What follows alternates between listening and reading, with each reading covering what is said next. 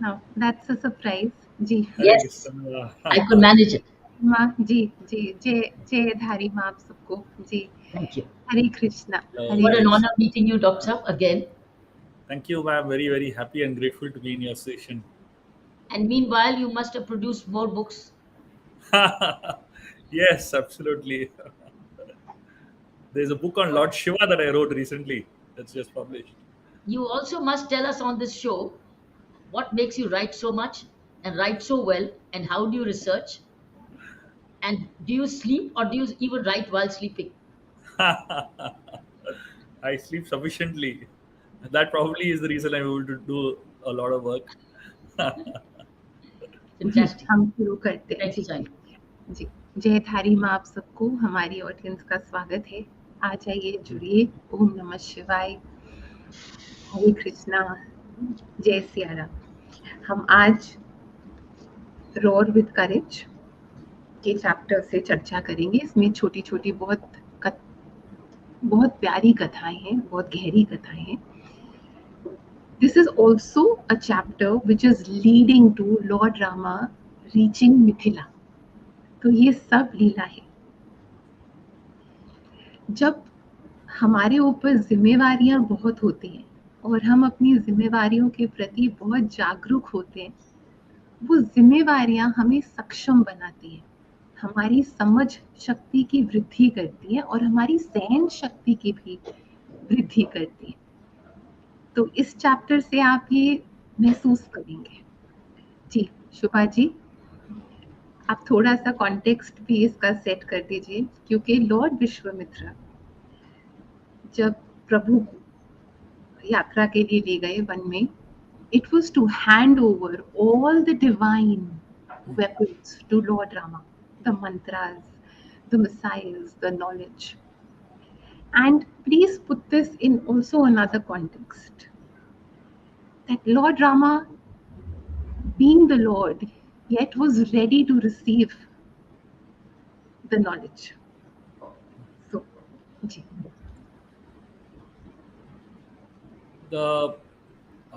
There's a very beautiful section in the Ramayan, which I consider is to be the defining section of the Balakand of the Ramayan, the first volume of the Ramayan, where Vishwamitra Muni, he comes to Ayodhya and meets Dasharath Maharaj. And he tells Dasharath Maharaj that he wants to take Ram with him to the forest so that Ram can help him protect his yajna against the demons who are trying to spoil the yajna. And that whole conversation between Dasharath and Vishwamitra Muni is a very powerful conversation, and it ends with Dasharath Maharaj agreeing to give Ram to Vishwamitra Muni. And Vishwamitra Muni takes Ram along with Lakshman for a long journey towards Siddhashram. And in Siddhashram, Vishwamitra Muni performs a 7-day yajna.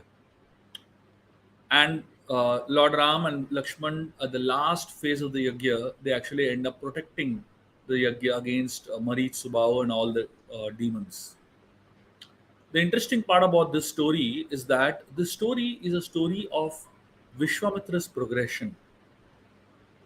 It's a story of how, in the beginning of the particular chapter, Vishwamitra Muni was a very tough and hard sage, and as he spends time with Ram, he actually starts becoming softer and softer and softer.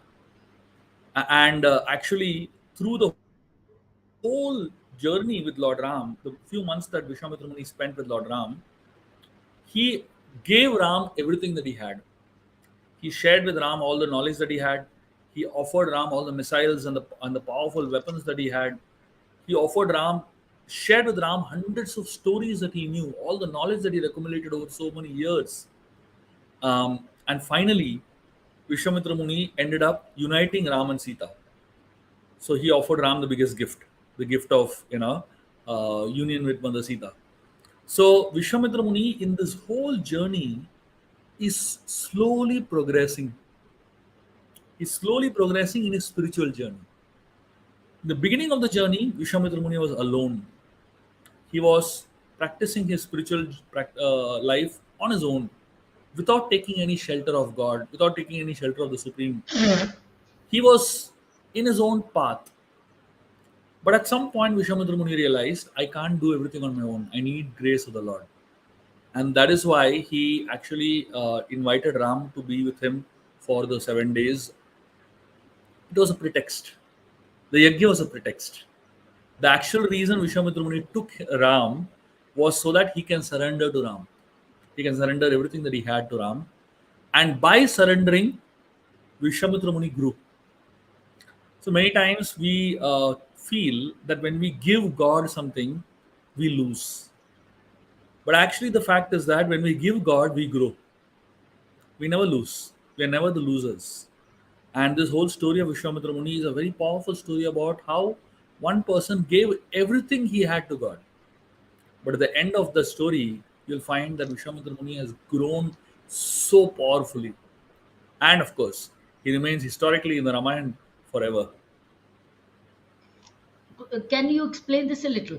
I think they're very good statement that when we give to God, we grow. When we give to God, let's put it in ordinary context of ordinary mortals like us Yeah. who are listening So, to you. so everything that we have, whatever we have, is given to us by God. So it is easy to say that nothing belongs to me. It is easy to say that. In fact, many people say that nothing belongs to me, everything belongs to God only. But can they actually live by that? So a lot of times when we say that nothing belongs to me and everything belongs to God, what if, like say, suppose somebody names his house as Krishna Bhavan, belongs to God, Krishna's house. Will that person really give that house to Krishna? He will obviously not. He will name it Krishna Bhavan, but the house is his, isn't it? The reason we cannot go to the next step is because when we say nothing belongs to us, we are not really saying everything belongs to God. And when we say when we say nothing belongs to us, what does it really mean? It means, first of all, I have not created it, isn't it? Um, all the materials in creation with which we build our life, it is not created by us. It was there before we came, and it will be there after we go.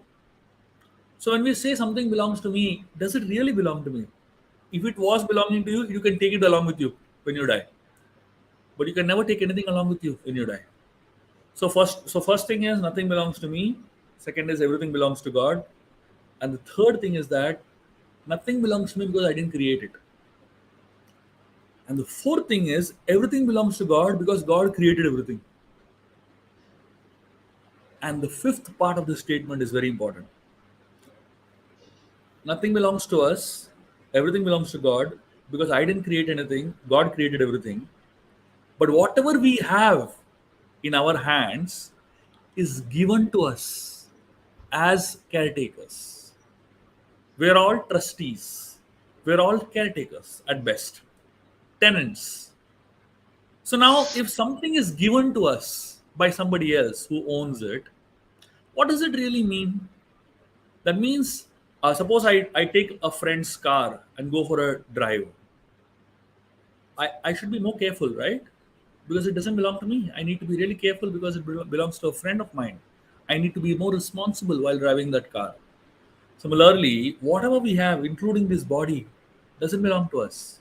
It has been given to us, and it is put under our care.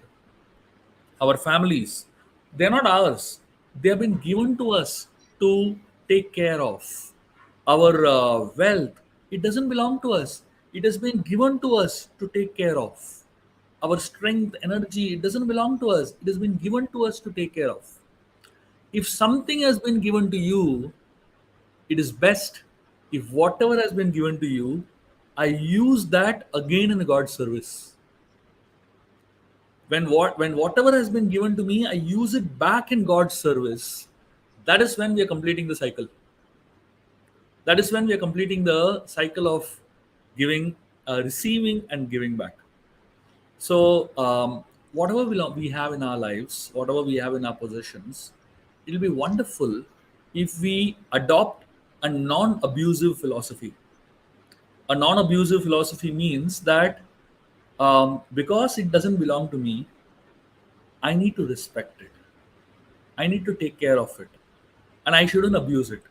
This body doesn't belong to me; it belongs to God. It has been given in my care. I cannot abuse this body by taking all kinds of bad substances, by not taking care of the body at all.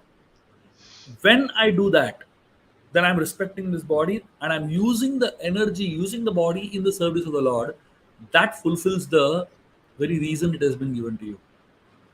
I think that's the cycle which we are really talking about in this chapter. And service to God is considered service to mankind. Service to humankind is considered service to God. They go hand in hand together. Service to God and service to humans, they go hand in hand together. Right. Ji. And Shubha ji, I think it's also so important to surrender the I at the Lord's feet. If we can surrender our I and know that we are not the doers, only Absolutely. Paramatma, yes, only Paramatma can give. हम तो सिर्फ एक छोटा सा माध्यम है, वो भी उनकी कृपा से. जी, आगे बढ़ते हैं इस यात्रा में. गुरुदेव ने सब कुछ प्रभु को बताया, लॉर्ड रामा को बताया, लक्ष्मणा जी को नहीं बताया. ऐसा क्यों? Lakshman is a very interesting character in the Ramayan. He is completely sold out to Ram. Lakshman himself describes who he is in the Ramayana. When in Ayodhya Kanda, the Ramayana, where Lakshman and Ram are having a conversation, Lakshman says, "I am like a fish, and you are like a water. The fish cannot exist without water. When the water flows, the fish goes along with the water. So if the water is not going to be there in Ayodhya, the fish is not going to exist in Ayodhya." So Lakshman, that is how he considers himself. That is how he regards himself. So he does not exist without Ram.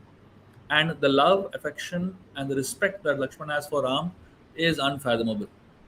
So Vishwamitra Muni, when he gives the mantras to Lord Ram, Vishwamitra Muni tells Ram to go and have a bath in the river. And Ram comes back after having a bath. Vishwamitra Muni offers some very powerful mantras known as Bala and Atibala mantras to Ram. He narrates it here in the years of Lord Ram. The Vedic culture, there is the process of initiation, the process of Diksha, where the Guru gives mantra to the disciple, and it is supposed to be secretly told in the years, basically. So Vishwamitra Muni narrated the mantras to Ram in his ears. Ram heard and absorbed the mantras, and then Ram gave the mantras to Lakshman. Why? Simply because Lakshman would not be comfortable taking the mantra directly from Vishwamitra Muni. That would put Ram and Lakshman on an equal pedestal. It would put Ram and Lakshman at an equal level. Lakshman would never want that. He always wants to be a servant of Ram. He always wants to be assisting Ram and never reach a point where he's equal to Ram. In today's world where everyone wants to become the boss, and nobody wants to become the das. Here is a very beautiful example. Uh, everyone is aspiring to become what we call as boss on the boss. Bigger and bigger and bigger aspiration to become the boss. But in spiritual circles, the aspiration is to become the servant of the servant of the servant of the Lord. Dasanu dasanu das. So Lakshman epitomes that by his actions, by his humility, and by the way he looks at himself and positions himself in the service of Ram. He would never want to become equal to Ram. And therefore, this particular story is such a beautiful story in today's context. While everyone is trying to overpower others, especially we find in organizations and corporations where an employee joins in. And what is the goal of the employee? The goal of the employee is one day sit on the seat of the CEO. That's the goal. So everyone wants to kind of replace somebody else, isn't it? And that creates so much of insecurity. That creates so much of trauma in everybody's hearts. Here in the Ramayan, we have such a beautiful connection between Ram and Lakshman. Lakshman never in his entire life he wants to reach at the level of Ram. Because he feels I am never going to ever be at the level of Ram. I want to always remain servant of Ram. People need good assistants, and people like Lakshman are such powerful assistants that they love being an assistant, being in control.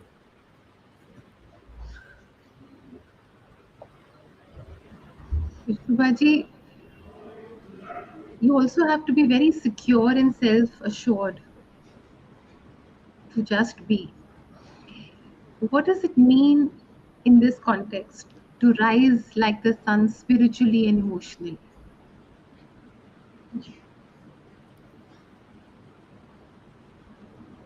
Rising above is an internal journey.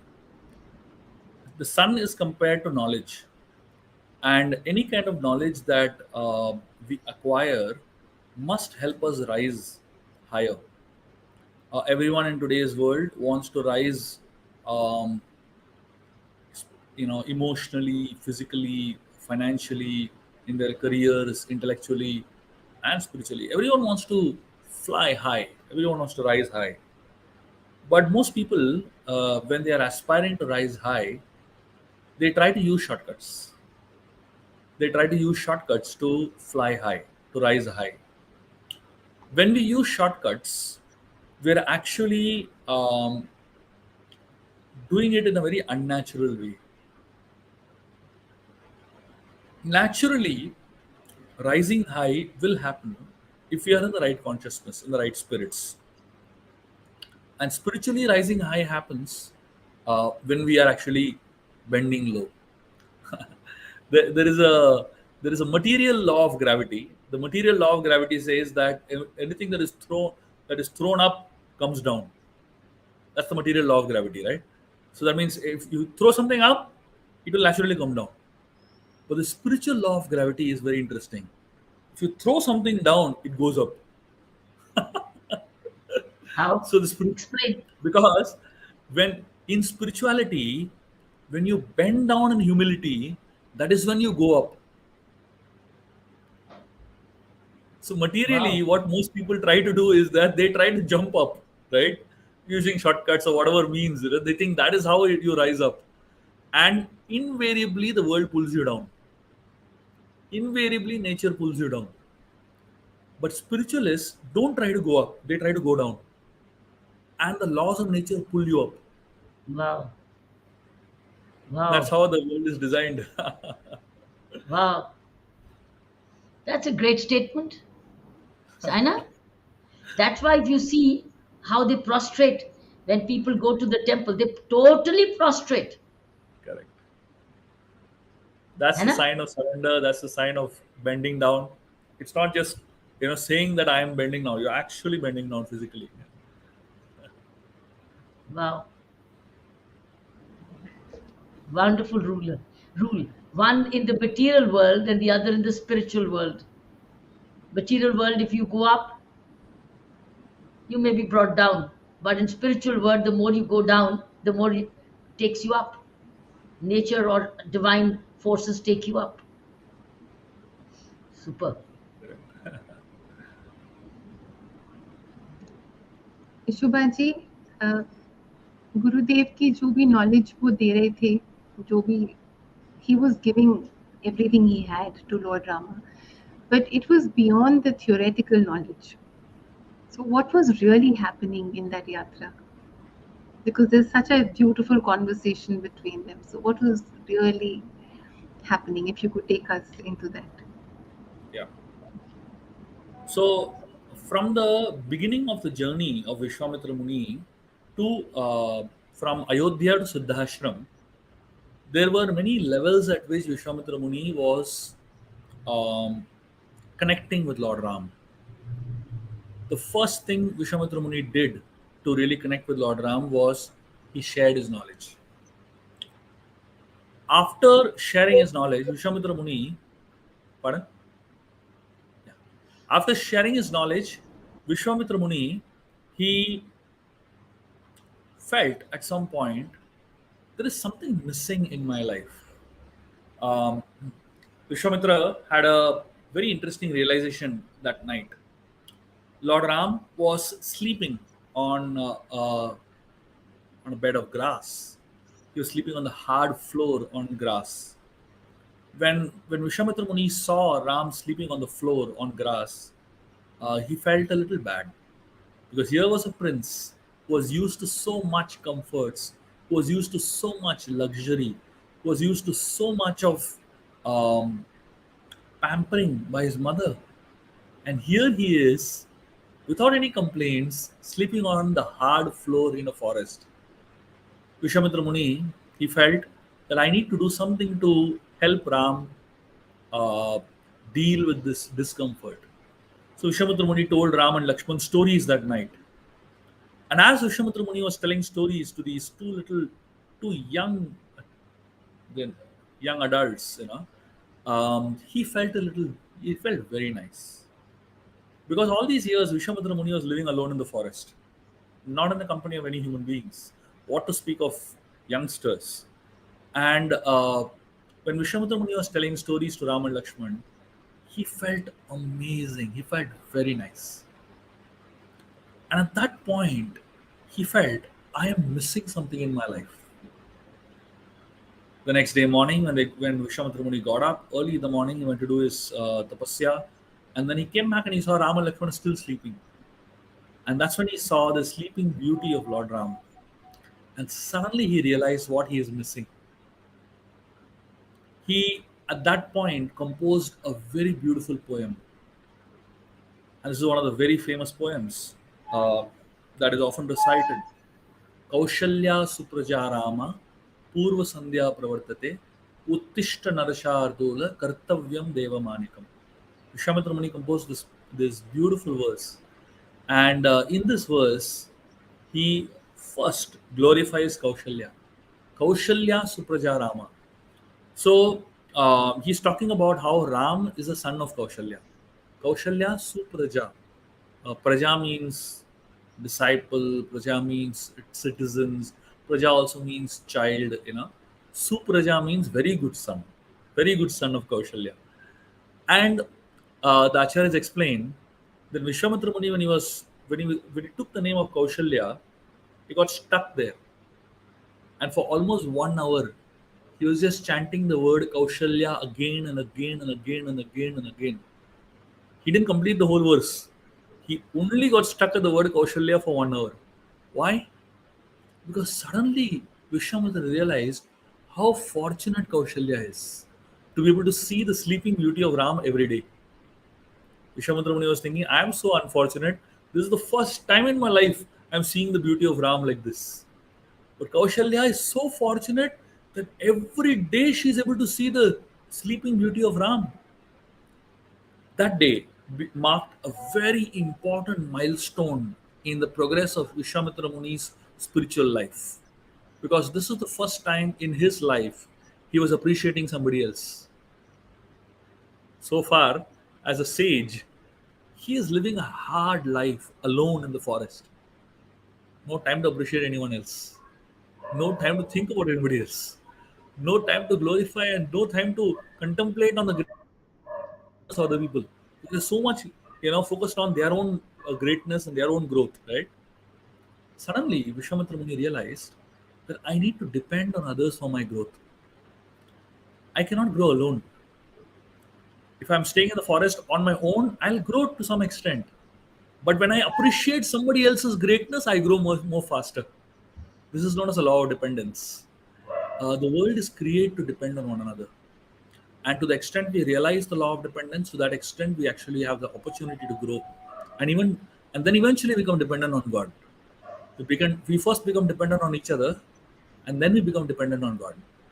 So Vishwamitra Muni, he shared his knowledge first, and then he learned the law of dependence. And then as they went further, they reached a hermitage, a very beautiful hermitage. And in this hermitage, it was a desolate one.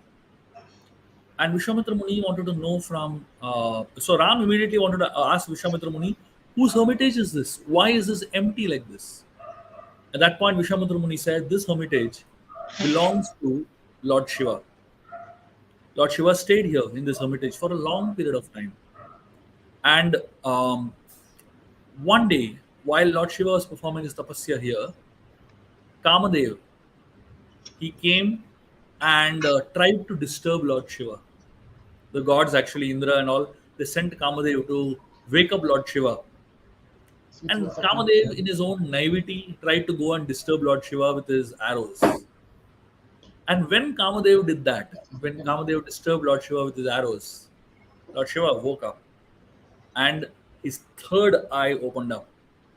And he burnt Kamadev to, it is described, he burnt him to nothingness. Not even ashes remained.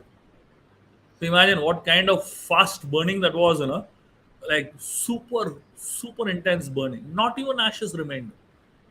From that point onwards, Kama got a new name. His name is Ananga. Anga means the body. And Ananga means the one who doesn't have a body. So from that day onwards, Kama doesn't have a physical existence. It's only in the mind.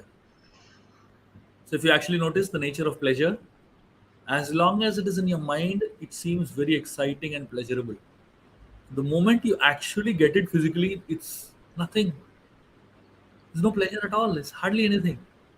When it is in the mind, it seems so titillating, it seems so exciting. But when it comes to reality, it doesn't have any physical existence. That's the nature of desire. As long as you see a phone on a billboard, it's very exciting. The day you get it on your hand, excitement goes away. It just seems ordinary, isn't it? That's the nature of everything in this world. So from this particular episode, Vishwamitra Muni learned a very important lesson of balance. The world is a combination of give and take, of selfishness and selflessness. Desire means selfish, thinking about only yourself. And desirelessness means thinking about others. Vishwamitra Muni realized if we have to exist in this world, we need to have a balance between giving and taking. We can't always be taking, and we can't always be giving. We need to strike the balance between the two. And that helped Vishwamitra Muni grow to the next level, where he understood the importance of balance between selfishness and selflessness. And so, like this, at every point during the journey of Ram, Lakshman, and Vishwamitra Muni, there were so many beautiful lessons being derived. There were so many amazing, deeper insights that Vishwamitra Muni was getting in the association of Lord Ram. And so far, he has been living a very lonely life, and he has been practicing the path of spirituality on his own strength. But now, in the association of Lord Ram, so many newer realizations are coming. So many amazing insights are coming in his journey of spiritual progress.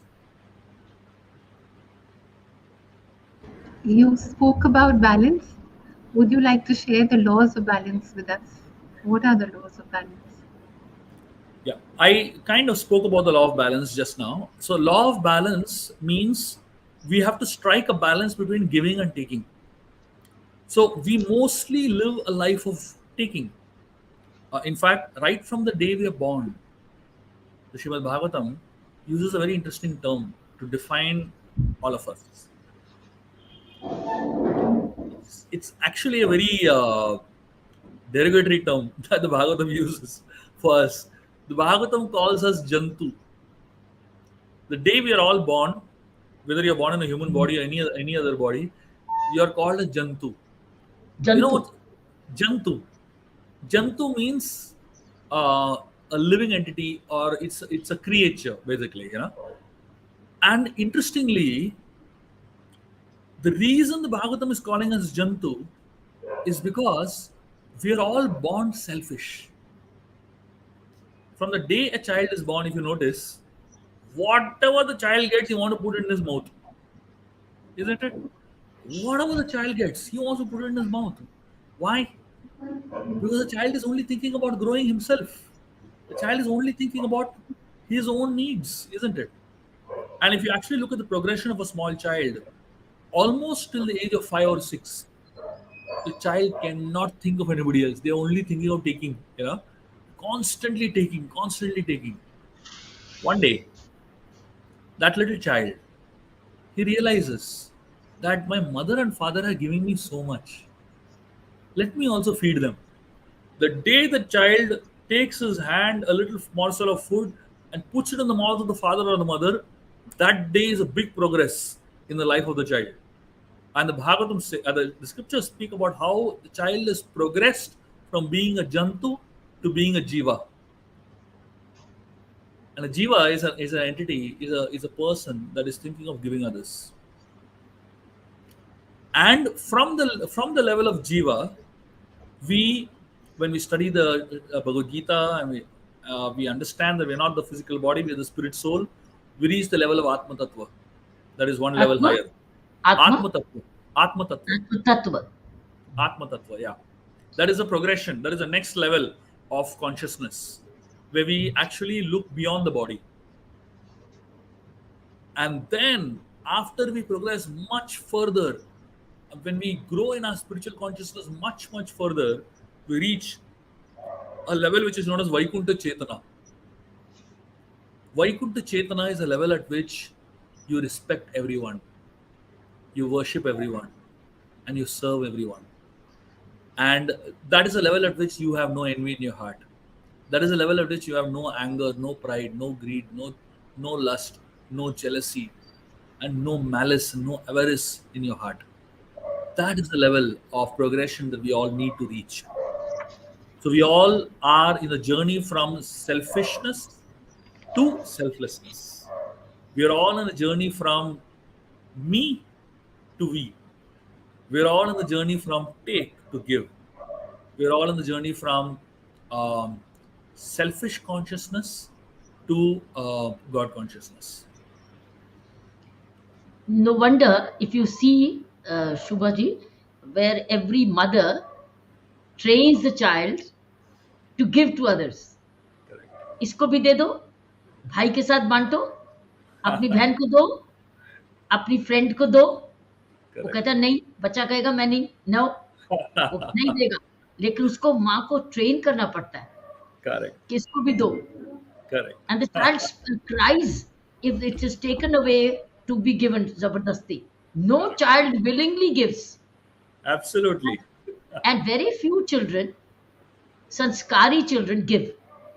उसमें बच्चे बच्चे में फर्क है. कई बच्चा willingly देता है और कई बच्चे को जबरदस्ती कहना पड़ता है कि दो. ये मैंने फर्क देखा है बच्चों में. कई बांटता है, देता है, मगर बड़ा रेयर बच्चा है जो अपने आप देता है, अपनी बहन भाई को देता है. Isn't it? It's a very good. Absolutely. It's और a very good. कुछ लोग तो जीवन भर बच्चे ही लेते रहते. If you remain a child, you continue to keep and not give and share. Absolutely. इसीलिए कहते हैं, आई थिंक इंडियन फैमिलीज में ये भी होता है कि बहन भाई हो तो एक दूसरे को देना सीखते हैं. बहन भाई नहीं होते तो अकेला रहना, सेल्फिश जीवन बिताते हैं. See, that's why some parents go for more than one child, only to train the child to share. Correct. and individual children who have grown up for themselves, by themselves, a lonely home, they have to be taken to other homes Correct. to realize what it is to give. And then they Absolutely. give to the age old homes or they give to children homes. Many parents take their children to such homes for training to give, do charity. Correct. And it's a Very very well said. important thing. Yeah. Yeah, that's the reason. Because basically, every one of us is born selfish. Correct. Because anything would be, even a toy, we want to put it in our mouth, not knowing the toy cannot go inside. Saina, do you remember your childhood? Saina, do you remember your childhood? Well, blessed, I would like to ask Shubhaji about Lord Vishwamitraji's She's journey. dodged the question. No, I haven't. I think the audience has joined us. No, no, the audience also is probably joining with us with joy because they're all getting connected. Or that basically it's a fact that we're all born selfish till we learn to give, or we train to give, or we want to give. And as he rightly says, is why it's like in hell. In hell, everybody वो शर्त ये लगाई थी कि ना कि आपने अपना हाथ मोड़ना नहीं है, आपने हाथ मोड़ना नहीं है, खाना है लेकिन शर्त है हाथ नहीं मोड़ना. Everybody remained in hell, everybody remained hungry क्योंकि मोड़ना अलाउड नहीं था. And the day they start to feed each other, they start to feed each other, everybody was fed. Correct. ये ना दो instances है ना between Yeah. hell and heaven. This is a story. Do you remember that, Doctor Shubhaji? Tell Yes, us the yes, story. absolutely. Tell us the story. So basically, there was a test organized Yeah. where there were people who were made to sit in rows, and their hand was tied with a stick, with a wooden spoon that was long, and they couldn't bend their hands. Yeah. So, and everybody was given a plate of food, and they had to eat their food.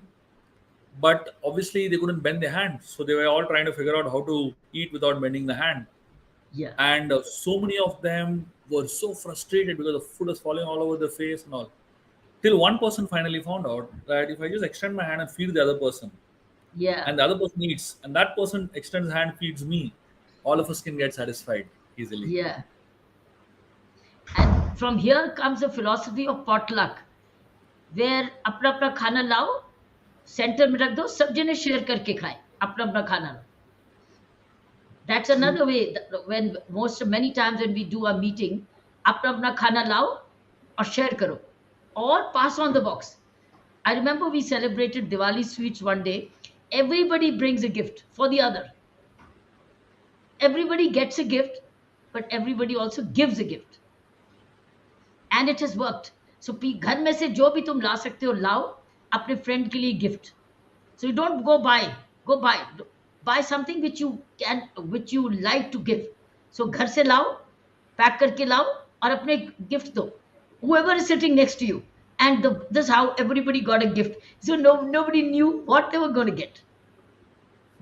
And also shared the food. I think these are great ideas of sharing food, sharing gifts, whether it's festivals, etc. Sana, you like the idea? Are you taking it too seriously? Seriously, ji, mommy, about Why the don't you smile a bit? You are being taught such interesting things. ji, just listening, ji. Yeah, smile a bit. Why are you angry? Why are you sad? Don't be sad. Happy. See, Shubhaji is teaching you so many interesting new things. Ji, sure. How to Ji. feed the other. Feed the other. Give to the other. Which you do when you go to the prison work every day. You go and give. What do you give? Do you know what you do? Saina, do you know what you do? You give time to others. You give your divinity and prayers and blessings for others. Don't you? That's giving. Ji. Are you feeling embarrassed that I'm saying this on live program? No, mommy, I don't think anything embarrasses me anymore. Trying to go beyond all this. Ji, trying to go beyond everything. Ji. So, with your permission to be Sana's in a pursued, different mood today. Sana's in a very different mood today. Sana, be ji, happy. Be happy. ji, ji, sure, ji. तो शुभजी साइना को कुछ समझाओ, how to always be happy as she is. She's very angry with me. Saina is going to scold me after the program. Saina ji is always smiling. That's what I like. So she's having a very divine smile. Ji, thank you. Spiritually gifted. Yes, all blessed, all Ma's kripa. And That's right. Ji, Shubha ji, take us forward with how Gurudev Vishwamitra ji was so moved when he saw the Kaushiki River. The tale of the Kaushiki River. What did you say? The last sentence? Kaushiki, the river, the Kaushiki River. Oh, okay, Yes. yeah. Vishwamitra Muni was telling Ram and Lakshman stories of every single incident that happened, through the journey. Whatever Ram saw, he would ask Vishwamitra Muni about it, and immediately Vishwamitra would tell a story. Vishwamitra Muni was such a flood of knowledge. He was so profound in his knowledge that he would keep sharing and sharing and sharing so much wisdom with Ram and Lakshman. At that point in time, they were passing through a forest, and they were on a river in a boat. And as they were on this river's name was Kaushiki. Vishwamitra Muni tells the story of this river, and it's a very interesting story because it is very much connected with him. Vishwamitra Muni, before he became a sage named Vishwamitra, his original name was Kaushika, and he had a sister whose name was Kaushiki. So this river on which they were was actually Vishwamitra's sister who had become a river.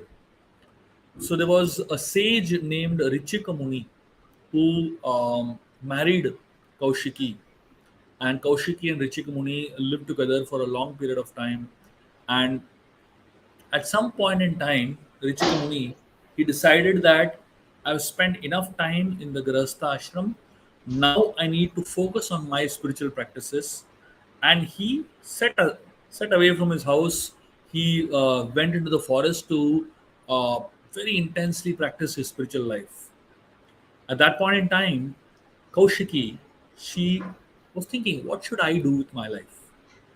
And she decided the best way that I would want to serve or live my life is by serving society. And she decided that if there is anything that has the greatest capacity to serve, it's a river. And Kaushiki took the form of a river for the rest of her life, selflessly serving society. And that's the river on which Vishwamitra Muni and Ram Lakshman were. And Ram Lakshman were just so amazed by looking at two people, siblings, Vishwamitra and his sister Kaushiki. Both of them are living a life of seva. Both of them are living a life for others. And they were one in the form of a river and one in the form of a sage. Apparently, the river seems to be lifeless and the sage seems to be having life. But the river and the sage, the amount of service they're doing for society is exactly the same. The river is a source of so much of resources for everyone, and so is a sage.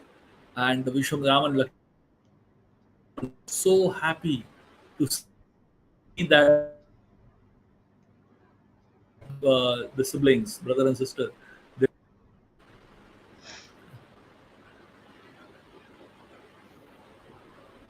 Does the river Kaushiki somewhere still persist? Are the names changed? Kaushiki. If I'm not mistaken, Kaushiki River is still there. I don't know what is the modern name of it, but the river is definitely existing still. Which part of the country? It's the Kaushiki River has a connection to the Ganga. So basically, the Vishwamitra Muni traveled from Ayodhya towards Mithila. So basically, from Ayodhya to Nepal, they were traveling, and somewhere on the way, there's a place called Siddhashram. So if I'm not mistaken, it's somewhere in Uttar Pradesh.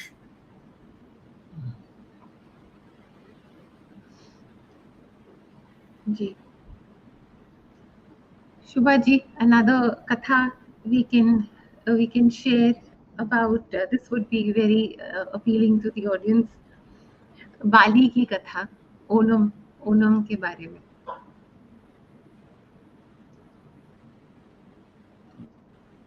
So the Ram, Lakshmana, and Vishwamitra Muni, they reach Siddhashram, and when they reach Siddhashram, Siddhashram was the ashram of Vishwamitra Muni. After they reach Siddhashram, Vishwamitra Muni tells Ram that this ashram belongs as much to you as much as it belongs to me. So Ram is wondering, why is he saying like that? And then Vishwamitra Muni tells them some very interesting stories. And one of the stories that he says that long back, this particular ashram was the residence of Vamanadev. So Vamanadev, one of the incarnations of Lord Vishnu, resided in this place, this very place. And in fact, his parents, they actually performed tapasya to have Vamana as their son in this very place. And therefore, Vishwamitra Muni. So now, technically, if you see, right now, the Siddhashram is in the possession of Vishwamitra Muni. It's in the hands of Vishwamitra. He's controlling it. But Vishwamitra Muni very, very clearly knows, though right now I might be controlling the Siddhashram, it doesn't belong to me. It belongs to so many other people who lived over here in the past. Before me, somebody else stayed. Before me, somebody else stayed. And originally, it belonged to Vamanadev. And the same Vamanadev has come as Ram now. So therefore, Vishwamitra Muni is telling Ram that this ashram belongs as much to you as much as it belongs to me. So technically, interestingly, if you see, Vishwamitra Muni controls the Siddhashram, but he's saying, I don't possess it. Manages it. Ram actually owns Siddhashram. That means it belongs to him. Everything belongs to him, right? But he doesn't control it. So he is let go. So this is a very interesting combination of how we should look at the law of trusteeship. So the law of trusteeship means if something belongs to you, it doesn't mean that you are in control of it. And if you are in control of something, doesn't mean it actually belongs to you. So it's a very, very interesting way of looking at life. So if someone says, I own this, it doesn't mean I have control over it. And somebody says, I have control over it, it doesn't necessarily mean I own it. And that understanding is what makes life mature and human beings more mature. Ji. Very well said. जी. शुभा जी, मारीचा का जो एक episode उसमें आता है वो थोड़ा सा बताएंगे before we conclude the program, because knowledge needs to be applied. You can have all the knowledge in the world, but if it's not applied, what's the use? Maricha is that. जी. When Vishwamitra Muni, Ram and Lakshman reach Siddhashram, there is a very interesting episode that happens. Vishwamitra Muni tells Ram and Lakshman that I'm going to perform my tapasya. I'm going to start performing the yajna now. And this is going to be a yajna that lasts for 7 days and 7 nights. And Vishwamitra Muni tells Ram and Lakshman that the moment I start the yajna, I have to take 2 vows. I have to take a vow of silence and I have to take a vow of abstinence from anger. So he says, once I take these 2 vows, for 7 days and 7 nights, I need to follow it. And Vishwamitra Muni, before taking the vow, he tells Ram and Lakshman, please be careful. Any moment, anything can happen. And then Vishwamitra Muni starts the yajna. Ram and Lakshman, they are taking care of the yajna kund for 7 days and 7 nights. And amazing, there's a beautiful analogy that is described about how Ram and Lakshman take care of the yajna. It is explained that just like the eyelids, 2 eyelids take care of the eyeballs, they protect the eyeballs. Similarly, Ram and Lakshmana are protecting the yajna of Vishwamitra Muni. So the yajna is compared to the eyeball, and Ram and Lakshmana compared to the two eyelids. And it is explained Lakshmana was standing in one place for those 7 days and 7 nights, and Ram was moving around, going around, coming back, going around, coming back. Just like the upper eyelids go up and down, the lower one remains the same place. Similarly, Ram was moving around the whole Yajna Kund, Lakshmana stationed in one place. So, like this, Ram and Lakshman protected the Yajna. And as the Yajna was about to be completed and the sages were about to pour the last oblations, suddenly they hear a ear splitting scream. And suddenly, these thousands of demons, they start throwing all kinds of obnoxious flesh and blood and all kinds of dirty substances into the Yajna Kund. And the moment all these dirty substances are rushing into the Yajna Kund, Ram and Lakshman start shooting arrows, and they create a canopy around above the Yajna Kund, like an umbrella, and do not allow any of the obnoxious substances to enter into the fire. And they protect the Yajna Kund of the Yajna of Vishwamitra Muni like that. Marich, Subahu, and all the demons who are there, they get very irritated by the fact that they are not able to destroy the Yajna. And they decide to come down to destroy it. As they're descending down on the ground, they suddenly realize they are not able to reach the ground. You know why?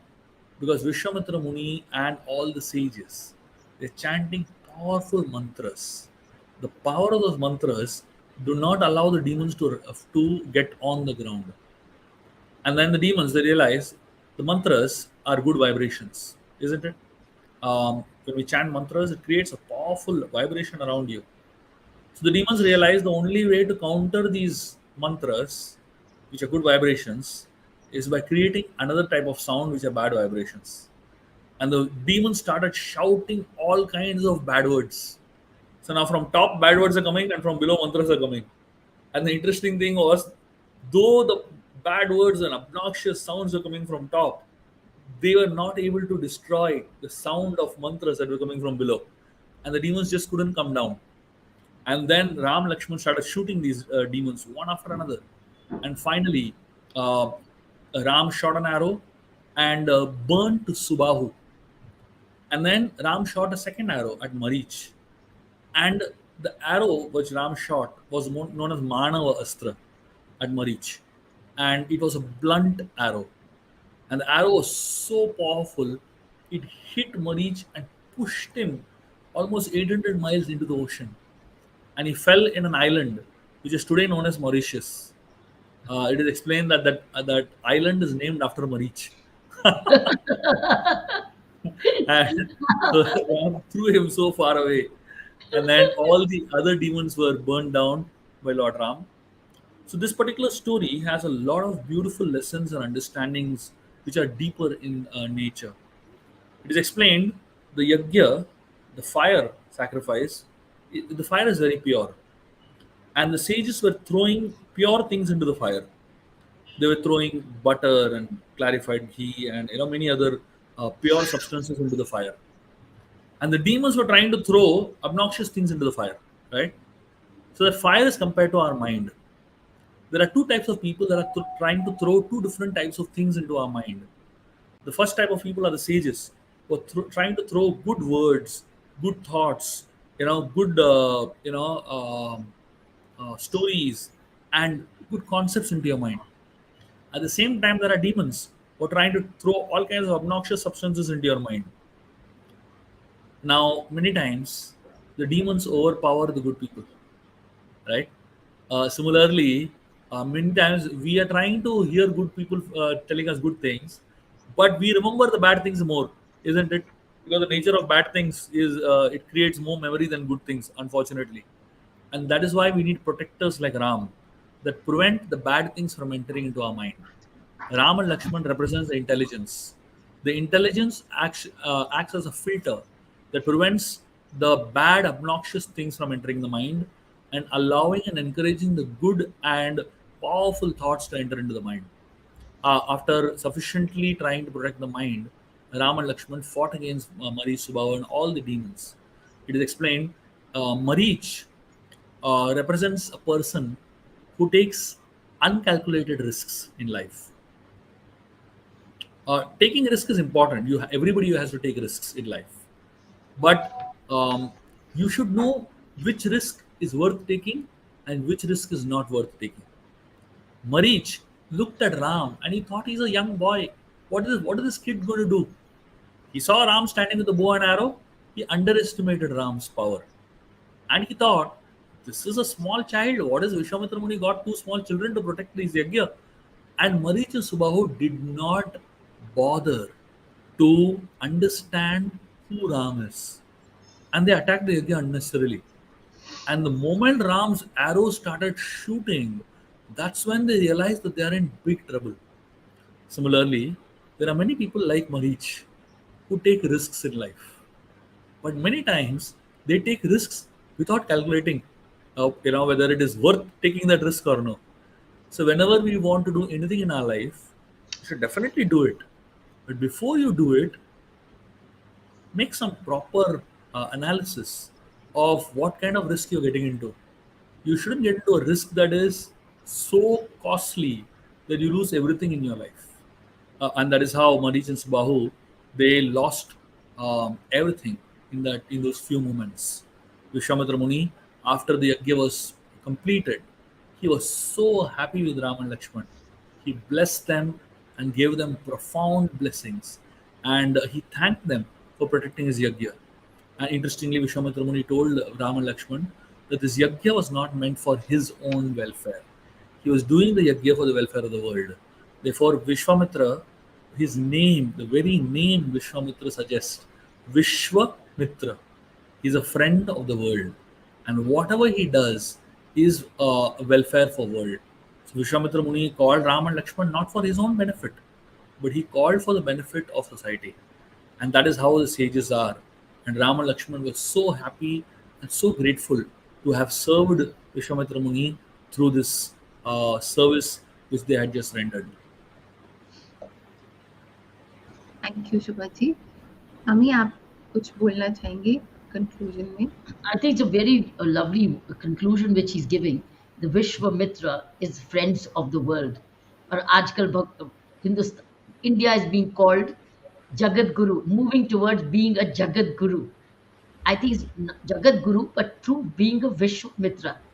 Because when the government of India decided to send COVID medicines to the several countries around the world, it was being a Vishwamitra. Vishwamitra, which is catapulting them to become the Vishwa Guru with yoga spreading all over the world.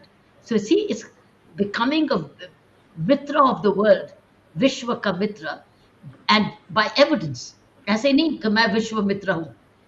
It was like helping them when they died, when the world needed them most.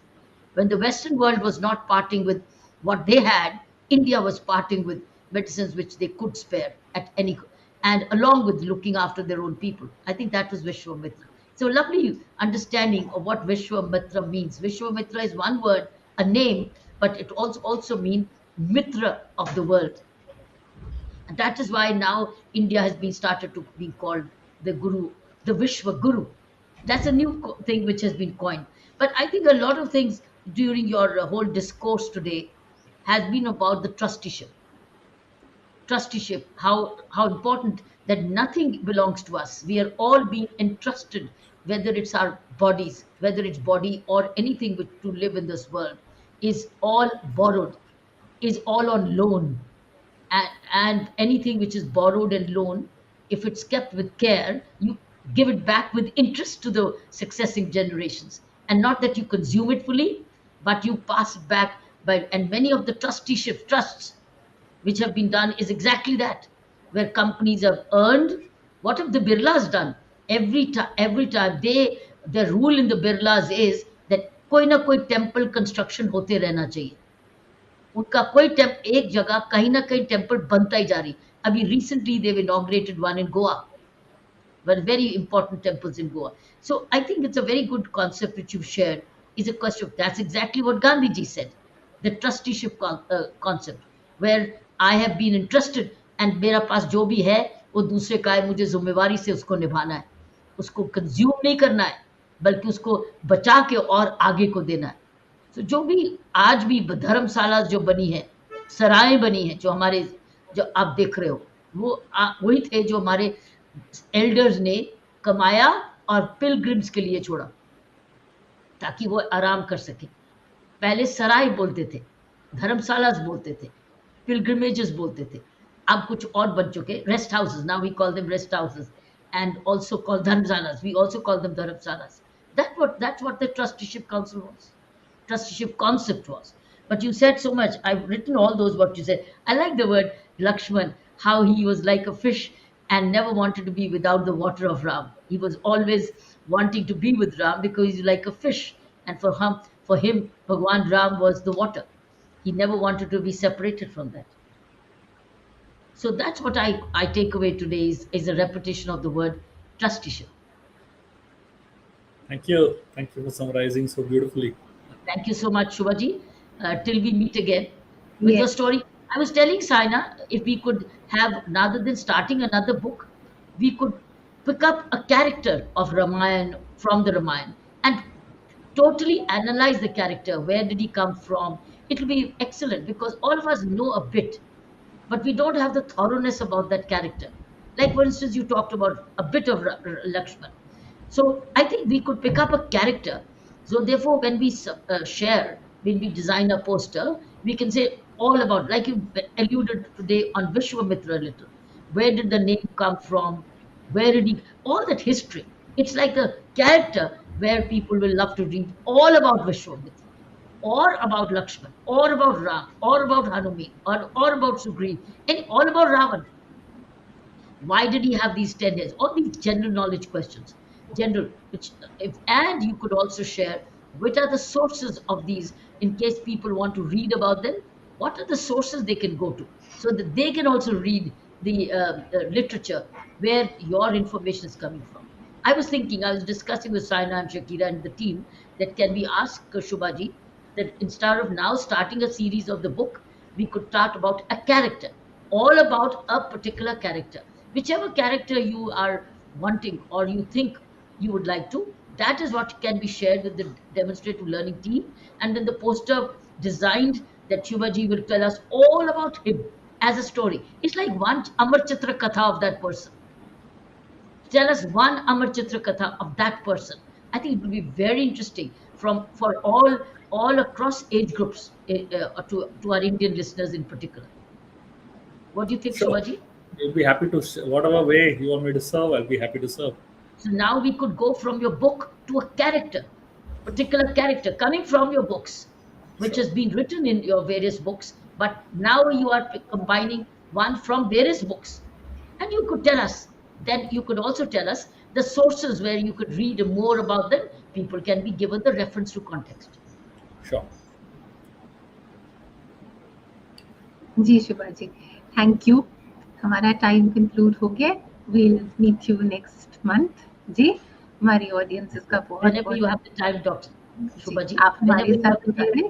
जी, हम दोबारा plan करेंगे. जी, हरे कृष्णा. जय सिया राम, जय धारी माँ, जय धारी. Thank you very much for your time and your wisdom. Thank you. And your knowledge. Thank you.